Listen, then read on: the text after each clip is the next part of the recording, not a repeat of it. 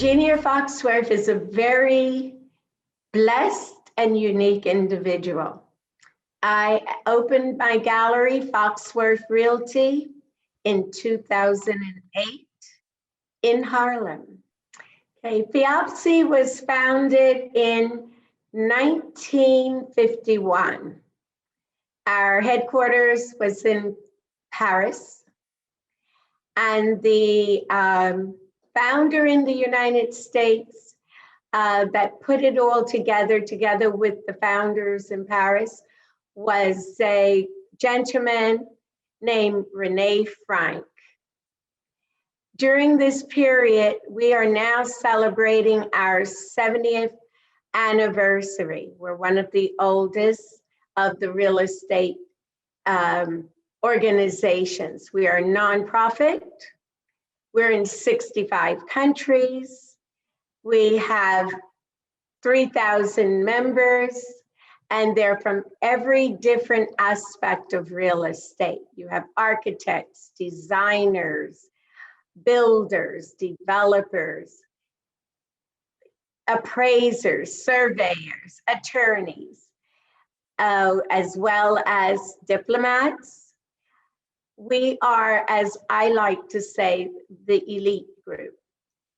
What has happened is that we develop places. We are now an ECOSOC with the UN, and we've done housing throughout. We're now working on affordable housing. Before that word came about, we've been doing it. So all that I can say is that we are a humanitarian group. We're a networking group. We network with each other, and we also give back throughout the world. There are many projects that we are involved with. My journey has been exceptional. I went into real estate after I closed an art museum, an art gallery, not museum, but it was my museum, but it was an art gallery. And I closed the gallery because I had flooding 3 times. I was located on 65th between Madison and Park. I did a benefit for the National Council for Culture and Art. We honored Alvin Ailey. And during that period, I met lots of people and I started giving back, which is in my genes. I did different benefits to benefit different people. So when I went to Soho, I just continued my journey along the way. And AIDS came about, and ACT UP, which came out of visual AIDS, was one of the groups that, the original, really, basically, we were the down in the ditches group. We started the Red Ribbon. From there, I decided to get another gallery. And that's when I landed in real estate, due to the fact that I did not like the places that they were showing me. I wanted to be between Madison and Park Avenue, between 57th and 79th Street. And I was taken upstairs, downstairs, west side, and all the other areas. Through this transition, I eventually decided to get my real estate license, and that's where I am now. I want to bring Eugenia Foxworth to the FIABCI-USA differently than anyone else has, because that is what I do.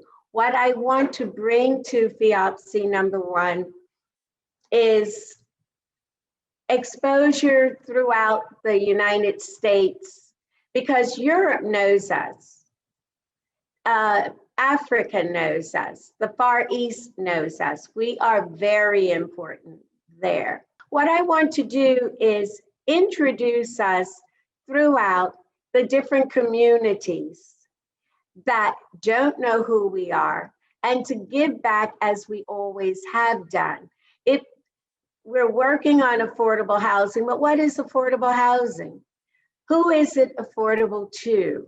And I think having the developers there that we know, we can say, okay, you're giving 20% or 30% of your luxury buildings, but let's think about the other areas. I'd like to contact various universities because we have a scholarship foundation. I want people here to know about it and take advantage. I want to contact the various universities besides Columbia and City College. I want to do some of the smaller colleges because I think that those colleges and those students who are interested in any aspect of real estate will take advantage of it and bring it back to their communities. I became a flight attendant because every time I went into the officers club with one of my friends, the bell would ring and we had to buy drinks, but I wasn't an officer, I was a friend. And so it was a bet that I would be able to get a job working as a flight attendant. I had a mentor who was following me, and he wondered, where did I come from? Because I was living with my mother in Philadelphia. My parents divorced when I was 5 months old, and I grew up in the UK, and my father felt that I needed a woman.